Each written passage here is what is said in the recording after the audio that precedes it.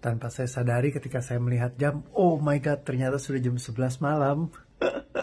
Dan saya belum store video saya hari ini gitu ya.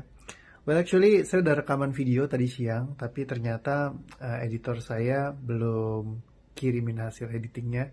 Karena tadinya dia bilang, coba yuk pakai konsep baru. Ya udah deh kita coba tes ya. Nah tapi ternyata belum sempat ya sampai malam. Terus saya juga saking sibuknya dengan aktivitas saya, kelupaan saya buat ngasih notes bahwa hari ini mesti rekamannya dikirim gitu ya. Jadi mungkin karena kurang komunikasi juga gitu. Nah jadi dia juga nggak nangkep kalau misalkan saya pengen videonya untuk bisa distorekan pada hari ini juga gitu. Nah, jadi seringkali memang terkadang kita menganggap orang lain sudah tahu apa yang kita inginkan. Ya terus kita bermain seperti seorang tukang ramal, seolah-olah mereka sudah harus tahu gitu apa yang kita inginkan. Nah saya kemarin juga kena hal yang sama, challenge yang sama. Ketika saya bilang kenapa sih nih orang nggak mau dengerin apa yang saya kasih tahu gitu. Nah ternyata mereka tidak mendengarkan adalah apa? Karena kita belum mengkomunikasikannya, kita belum menjelaskan kepada mereka. Nah seringkali kita perlu untuk menjelaskan sesuatu hal agar orang lain bisa mengerti dan memahami apa yang kita maksudkan. Karena terkadang kan mereka tidak mungkin bisa membaca apa yang ada di pikiran kita. Sama halnya ketika kita mungkin di hubungan relasional ya antara kita dengan pasangan gitu ya. Ya seringkali kalau misalkan kita menganggap ya karena kita udah lama gitu ya, seharusnya kamu udah tahu saya itu seperti apa dan apa yang saya pikirkan dan apa yang saya lakukan. Ya tapi ya sebenarnya ya tidak juga gitu. Karena kita bukan manusia yang bisa membaca pikiran orang lain, begitu juga mereka. Ya dengan berasumsi bahwa mereka sudah tahu, disitulah sebenarnya challenge yang muncul. Karena mungkin saja terjadi kesalahpahaman, mungkin saja terjadi hal-hal yang seperti ini gitu ya. Dimana kita sudah menganggap dia sudah tahu, tapi ternyata bukan itu yang dimaksudkan. Nah karena itu penting banget untuk kita bisa menjalin komunikasi yang baik, untuk bisa menyampaikan seperti yang kita ingin sampaikan, ya mengutarakan dengan memang hal yang dijelaskan secara lengkap gitu. Terkadang buat saya seringkali menjelaskan sesuatu lengkap, ya bahkan ada yang bilang kayak kenapa sih lo harus ngejelasin sampai kayak begitu gitu, kayak membela sesuatu untuk membenarkan gitu apa yang dilakukan. Tapi ya kalau aku percaya bahwa kalau misalkan dengan disampaikan dengan lebih jelas, mungkin orang akan jadi ngerti ya maksud baik yang ingin kita sampaikan. Karena terkadang kalau misalkan kita tidak menyampaikannya dengan baik, orangnya juga menangkap juga cuma sebagian saja dari gambar petanya ya apa yang terjadi, ya akhirnya bisa terjadi kesalahpahaman ya seperti yang kemarin terjadi dalam salah satu tim yang saya bekerja sama gitu ya, dimana saya menganggapnya saya punya satu pendapat yang saya ingin banget untuk mereka ikutin apa yang saya katakan. Karena menurut saya ini dilihat dari segala sisi itu tidak visible kalau kita menggunakan opsi yang berbeda selain dari opsi yang saya pilih gitu. Nah, saya memaksakan kehendak saya. Oke, ikutin dengan cara saya. Make it simple aja, gak usah dibikin ribet gitu. Tapi yang di sana juga punya pemikiran yang berbeda gitu kan. Ya kenapa harus ngikutin kamu? Nah, jadi pertanyaannya adalah kenapa harus ngikutin kamu? Bisa jadi dua hal. Bisa jadi mereka memang tidak mau mengikuti, atau bisa jadi hal yang lain, yaitu mereka kurang informasi kenapa alasannya mereka harus mengikuti saran yang saya berikan. Kembali lagi, semuanya adalah sekedar tentang saran. Dalam kehidupan kita menemukan banyak hal di mana kita mendengarkan saran dari orang lain. Nah, saran-saran ini boleh kita terima, boleh juga enggak, ya. Dan setiap saran mungkin ya kita, oh ya, ada saran ini yang diberikan sama orang lain. Terima kasih atas sarannya. Ya, bukan berarti saran itu perlu untuk kita terapkan di dalam kehidupan kita setiap kali kita diberikan saran oleh orang lain. Banyak banget saran-saran itu karena saran itu selalu berbasis dari opini orang lain, pendapat orang lain, pemikiran orang lain, yang mungkin secara waktu situasional itu tepat menurut dia, versinya dia sendiri. Dan kembali lagi yang menjalani kehidupan kan kita. Terkadang kita boleh saja mendengarkan dan menerapkannya kalau memang itu bisa menciptakan kebaikan dalam kehidupan kita. Tapi kalau misalkan enggak, kita juga boleh untuk memilih ya tidak mengikuti saran tersebut. Toh kembali lagi kan semuanya hanya saran saja. Sama kayak seperti sahabat saya yang selalu orang tuanya itu tidak mendukung semua aktivitas yang dia lakukan.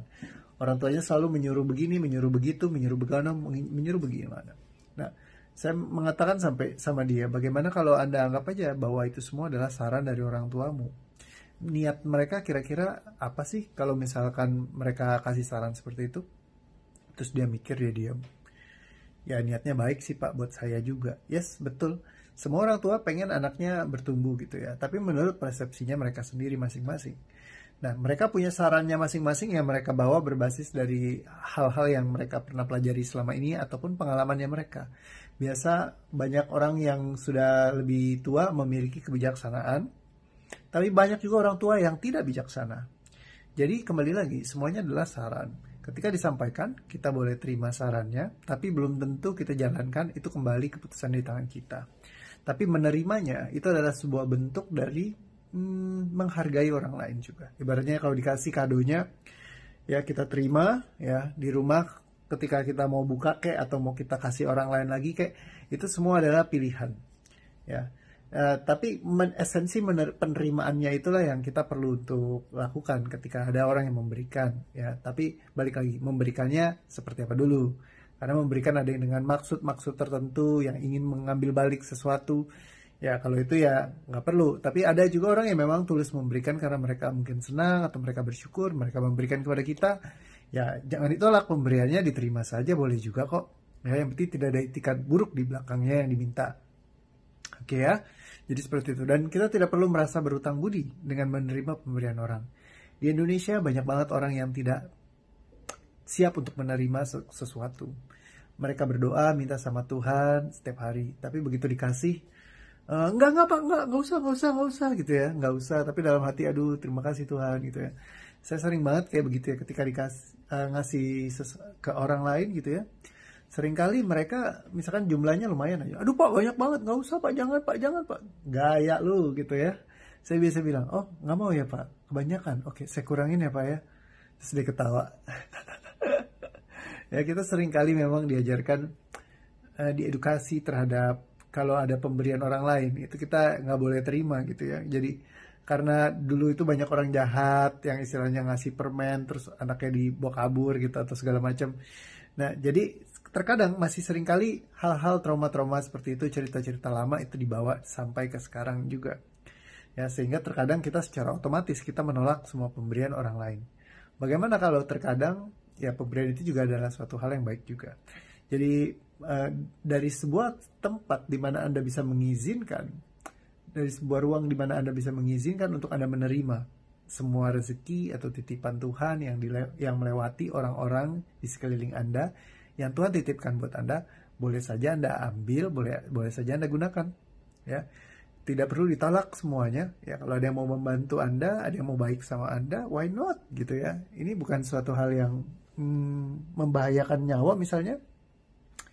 Ya diterima saja kalau ada yang bantuin orang.